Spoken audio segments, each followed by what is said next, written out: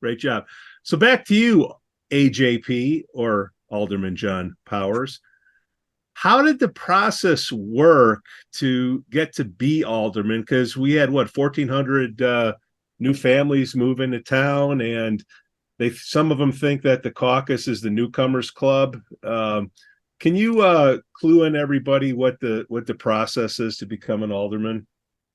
I'm at a block party that summer that we moved in, and Bob Kiley is my neighbor, and George Pandeleon is my neighbor, and Bill Avery at the time, who was on Plan Commission, was my neighbor. And the topic of caucus came up, and they're like, are you familiar with the caucus? And I said, no, I don't know anything about it, never heard of it.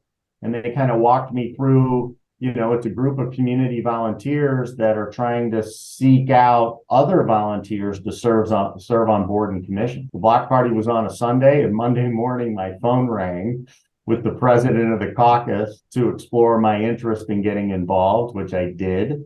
Genesis of that whole thing is kind of a volunteer profile sheet, which I believe they still use earnestly. You explain to them what you do, and I'm kind of a career sales, business, and development guy. You identify your interests, your current skill sets, and they try to blend you into the ward. So obviously there's nine. And John, to cut in, that VPS volunteer profile sheet can be found on the caucus website. You fill it out, and there's check boxes. What are you interested in to volunteer? Because it's all volunteering, right? Absolutely. And so to fast forward it to how you become alderman, you're identified by your ward. So I had several initial conversations, and I got the invite to go in front of the entire second ward and have that conversation, which is just general interest, questions, experience, interest level, right? And I think George has mentioned this in the past. I certainly know Mayor Tack has mentioned this.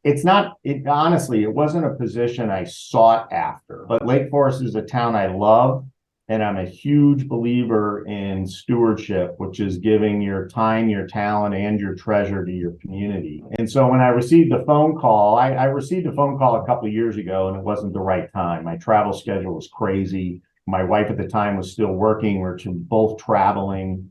So we were trying to manage that along with kids in college. So that wasn't right. But when I received the call over a year ago, I told him I'd gladly sit down and have the conversation. And for me, honestly, the process is very effective. And I told him, if I'm not your guy, the process works because you found somebody that is.